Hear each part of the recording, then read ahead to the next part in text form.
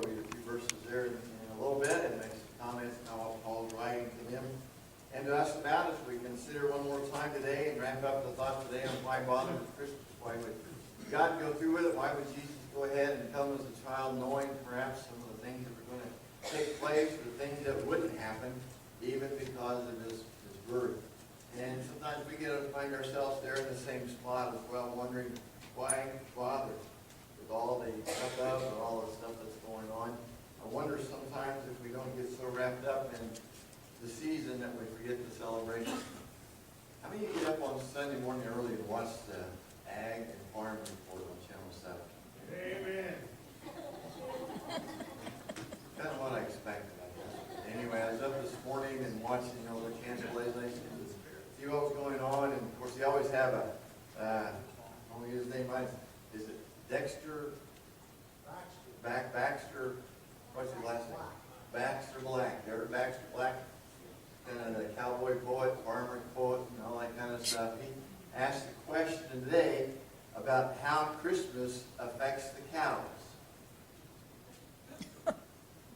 And like you are right now, his comment was, at least I got you thinking, didn't I?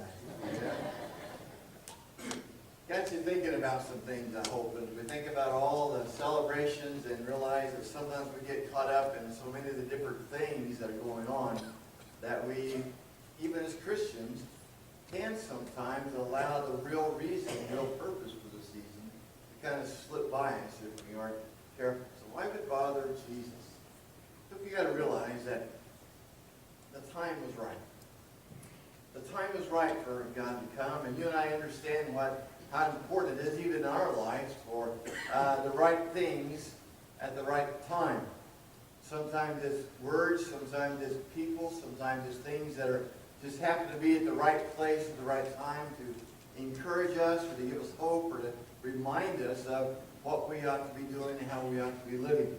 We've all been to the other side, haven't we? Okay, I have, believe it or not. I've several times stuck my food in my mouth. And sometimes you remove one just in time to get the other one in there as well. We were invited down to our neighbors one night, and they served us some popcorn in these nice little wooden bowls. And without thinking about it, I yelled to the other room where Linda was and said, "Hey, dear, here's what you get to those ugly bowls you don't like." Now think about it, okay? I heard about that one for a couple of weeks. Sometimes we get in crowds, we get in things, and all of a sudden we say things that we really didn't intend to. They just kind of slip out. Now, the book of Proverbs, chapter 25, verse 11 says, a kind word aptly spoken is like apples of gold set in settings of silver. Get a minute. That means, I think, that the proverb is wanting us to realize that the right word at the right time is invaluable. That it goes without saying, you've been in that experience in life. I know that you were down or you're discouraged or something was going on in your life, and a friend or a loved one or someone shows up, and at the right time, they have the exact word you needed to hear. The whole world needed the right word. They needed to hear what God had to say. And the best way, I think, for God to get that word across was to send His Son. To give us this celebration, this reason for celebration. And the best way, I think, that God had to really encourage the world was to let the world see who He was and what He could do. And the best way to do that was to allow Jesus to come and to be born, to take upon Himself our flesh, our skin, to take upon Himself our limitations, become like one of us. So He could teach us what God was like. And so He could show us who God really is. Now, in the book of Galatians, Paul's been writing about two conflicting ideas in many ways. On one hand, he talked about the law, and on the other hand, he talked about grace. And he reminded us that the law, and again, we missed a little bit of the understanding, I guess, because of our culture. But for those whom Paul was writing to, when he mentioned law, it all of a sudden they were reminded of a burden, of a yoke, of a challenge, of something that they had to to obey or something they had to follow every day. But Paul also mentioned grace. And he reminded them that because of God's grace to them, this law that was one time a burden, he explains what the purpose of that law really was. And he reminds them that it was God's plan, God's purpose through the law to bring them even to Jesus. We understand those conflicts sometimes, don't we? That we have a law, and perhaps sometimes we don't really think about the consequences of breaking that law, whatever it may be, until it's too late. And sometimes we realize that those laws are given for our protection, and even under those laws that we face every day, there's always that element of grace. For instance, as you drove to church this morning, the posted speed limit signs were the same today as they were yesterday, and the day before, and the day before. But you know, because of the road conditions, sometimes grace implies that you slow down maybe a notch or two. Now, the speed limit is still there, but common sense says maybe you need to slow down just a little. Law says one thing, grace says there's something even better. And grace is that multiplying factor that I think puts us in a place or in a position where we begin to understand that it's law not just for our good, but by applying grace, it's also for the good of all those who are around us. Back up in chapter 3, Paul says, verse 21, is the law therefore opposed to the promises of God? Absolutely not. For if a law has been given that could impart life, then righteousness would certainly have come by the law. You know what happened was that in Paul's day, there were some folks known as lawmakers. They were the ones that, now they didn't make the original law, God did that, but they had taken a law and they had interpreted it so much that they had become known as the lawmakers. They were the ones given the responsibility and the privilege in some cases of telling the people what the law really meant. The problem was, even those lawmakers so often became lawbreakers. While they told people how to live, they sometimes failed to live that way themselves. Now, we know what it's like in our society, in our culture today, when those that we have elected to be our lawmakers also become, they wouldn't do that, would they? Not those guys that we elect to go up there and do the best for us. Always keep our interest in mind and always to do the things that are right and just. Not a whole lot different in our society than theirs. Those who were the lawmakers also became the lawbreakers. And because of that, there needs to be a better way. Not just a code, not just a set of rules of do's and don'ts, but there needs to be a better way. And that's why the time is right. We have the opportunity to celebrate what we call Christmas. By the way, just don't throw anything at me, but I want you to realize that the Bible never tells us to celebrate Christmas. It never tells us to tell one another Merry Christmas. It never tells us, even in so many words, that we ought to celebrate Jesus' birth. But it does remind us of the goodness that event brings into our life, the peace that it brings into our world. And it does challenge us, I think, that we live our lives every day in light of that great gift that God has given us. Listen to what Paul says here in chapter 4 of Galatians. What I'm saying is that as long as the heir is a child, he is no different from a slave, although he owns the whole estate. He is subject to guardians and trustees until the time set by his father. So also, when we were children, we were in slavery under the basic principles of the world. When the time had fully come, God sent his Son, born of a woman, born under law, to redeem those under law, that we might receive the full rights of sons. Because you are sons, God sent the Spirit of His Father into our hearts. The Spirit of His Son into our hearts, the Spirit who calls out, Abba, Father. So you are no longer a slave, but a son. And since you are a son, God has made you also an heir. That's why angels came to the message that night of singing joy to the world. And that's why from then on, we have the opportunity, we have even the right to have our lives filled with joy and peace and the presence of God. Because God knew, even though He had destined us as sons, as children, that for a time we were slaves even under the law. Under what Paul calls the basic principles of the world. And yet, he says when the time was right, God sent His Son, and all of that changed. So why would Jesus bother? Because God's timing is always best. Paul says, the King James especially version says, it was in the fullness of time. The time was right. Now, again, we look back at the historical setting, and you see a people that were being oppressed. You see a nation that was lost and struggling. You see a people that, for the most part, really were wondering what was going on. You see a people that had a history with God, but a people that had, for over 400 years, had not heard from God, as far as we know. And during those silent years, the people were being kind of passed around and being thrown back and forth among the world powers, and they were being abused and misused. And so you have a nation, a world that is living in darkness.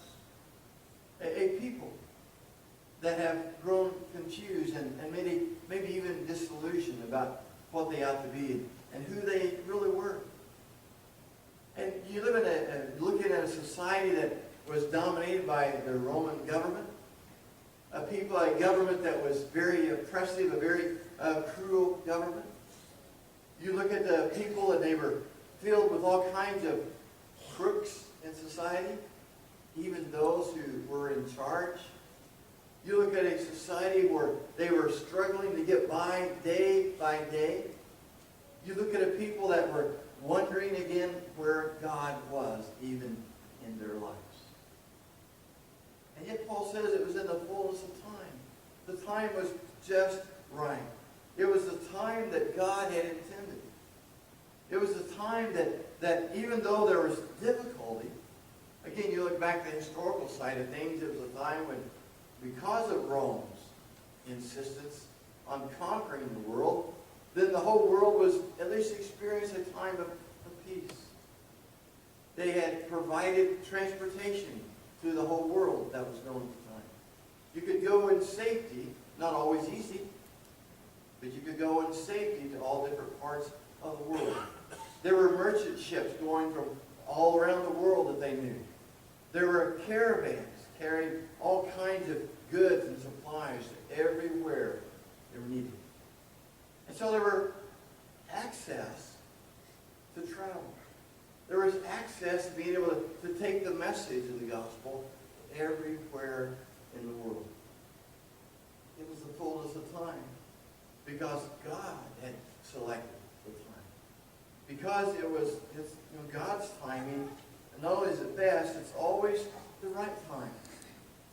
You ever notice that even in our needs sometimes in our life, we expect things to happen sooner or quicker, and yet God's timing is always right. It's always the right time when God answers those prayers, when God moves, when God causes things to happen.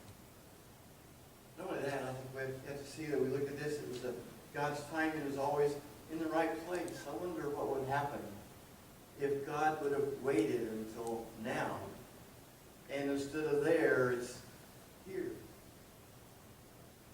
You realize that in our society, in our culture today, both Jesus and John the Baptist would have been great candidates to be aborted, murdered babies. Elizabeth, an old woman, the Bible says she was well past the years of childbearing. And I think that would mean that she was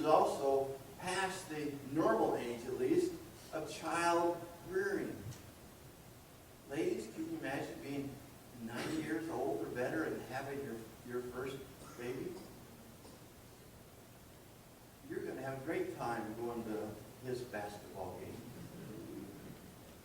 You're going to have all kinds of fun trying to keep up with him with his different parties and things that he needs to go to. And then you have Mary, the young, unmarried mother-to-be. Talk about an inconvenience. Here you've got a young woman with her life ahead of her. And everything is about to change. You've got a young woman that fear and trembling, and yet because of the message of the angels, she finds peace and comfort in God's presence and in God's promise. In a blessing that is about to become a reality even through her life.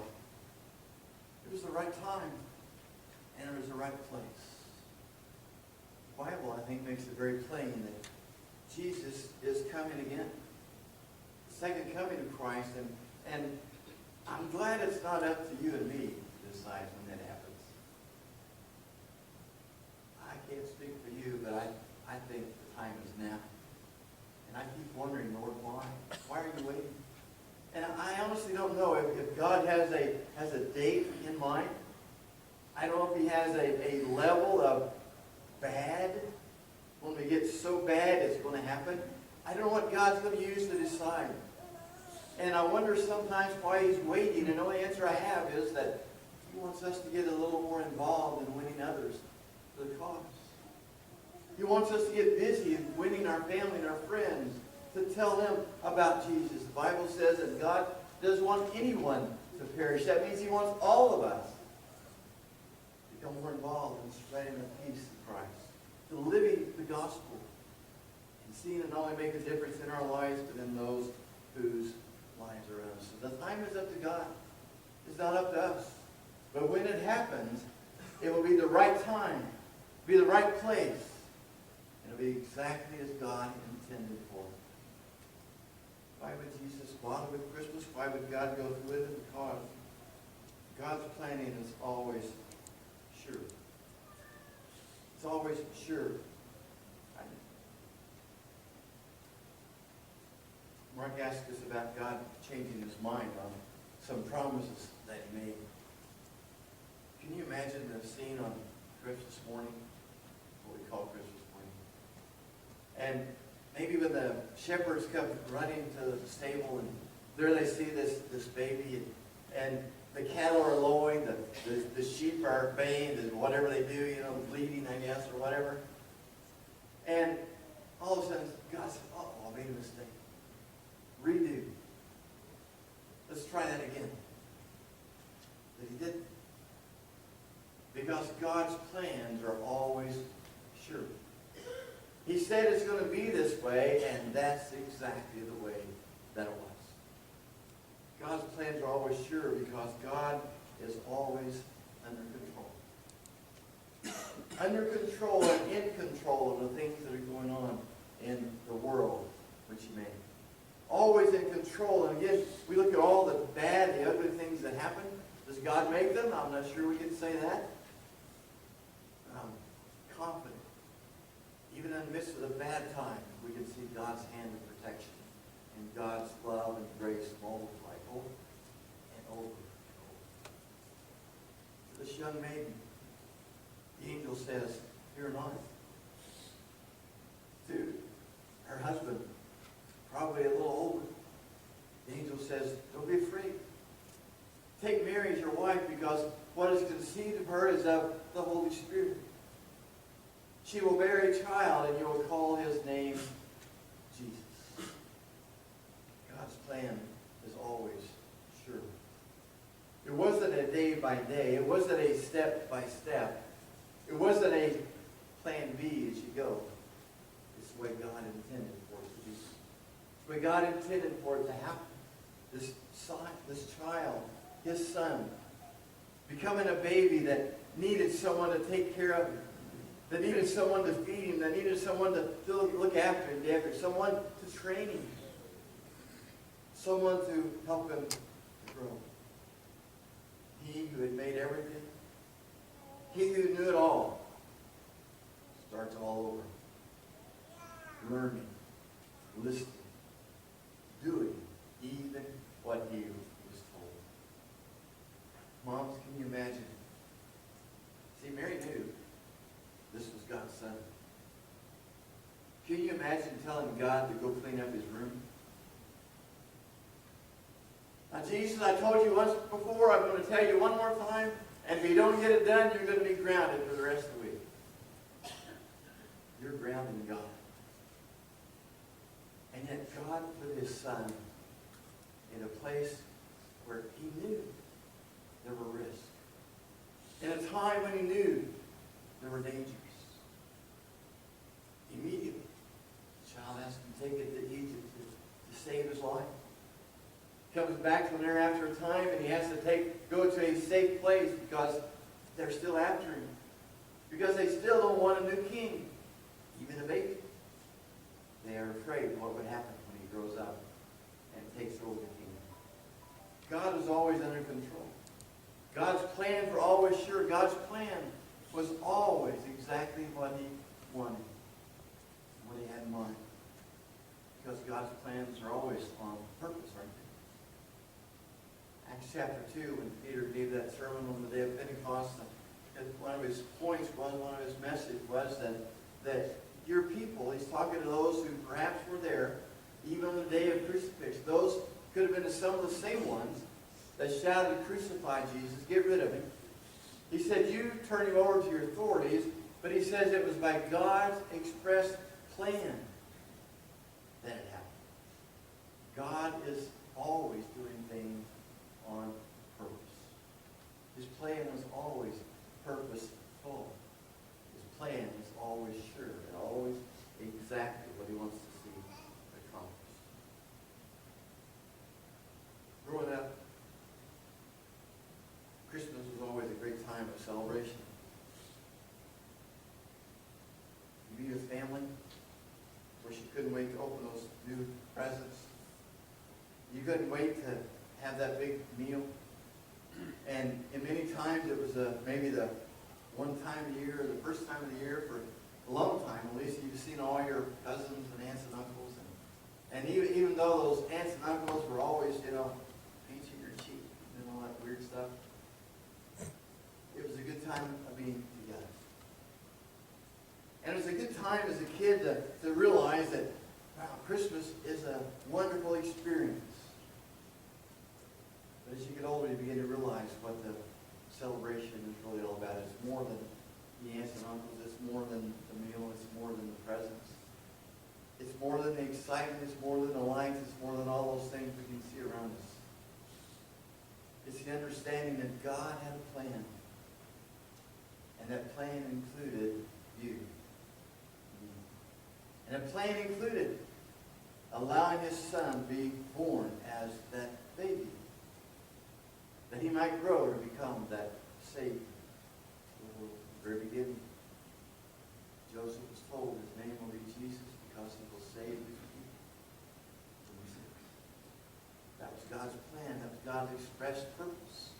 Exactly what he wanted his son to accomplish.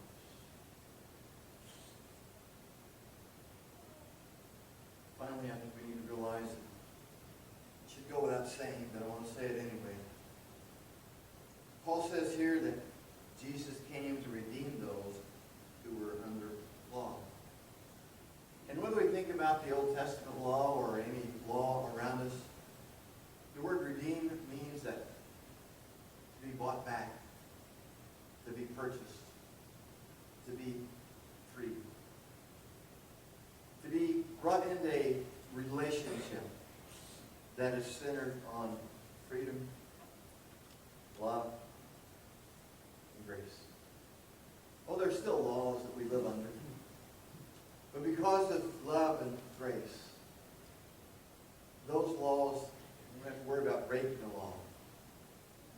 Because grace and love bring me to a place where I realize that my best interest is your interest. That my top priority needs to be loving my neighbor and caring for those who are around us. And my chief concern needs to be my relationship with God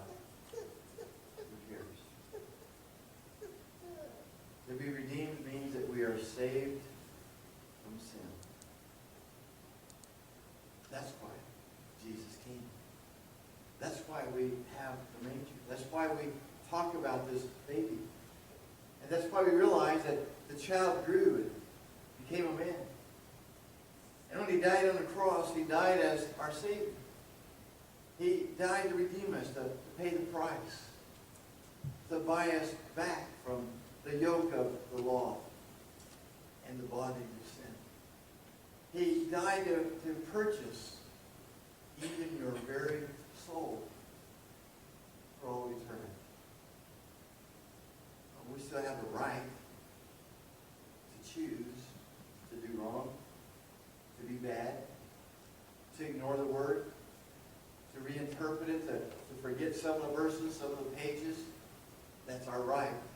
Because that's the way God made us.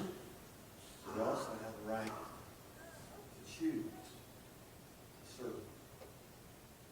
You see, we're saved not only from sin, but we are saved to live. We're saved to live. Not just to die and go to heaven. Oh, that's going to be the end result, isn't it? But I think we're saved to live. Saved to live, to honor God. Saved to live, to serve. To live for our fellow man. To do what needs to be done. Never forget the price that was required to save us from sin. But neither should we ever ignore the fact that God wants us to live. That He expects us to live even here. John 10:10, Jesus said, I've come that they might have life and have it more abundantly. We might have life to the full. We might experience what life really is intended to be. Well, it's not a bed of roses, is it? Not always easy. Not always a snap. We don't always know who's with us and what He really plans and expects from us every day. Redeem, I love to proclaim it. Redeem His child. That's who we are. That's what we're all about. That's why we celebrate Christmas. Not just a baby in the manger.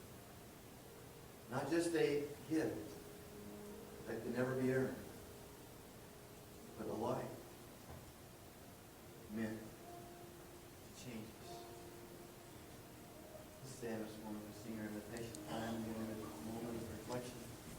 As we allow the Spirit of Christ to draw us not only to that stable, but to the cross. Not only to the crib, but to realize that beyond the cross, there is that empty tomb that gives us the hope. Cross redeems, resurrection, magnify.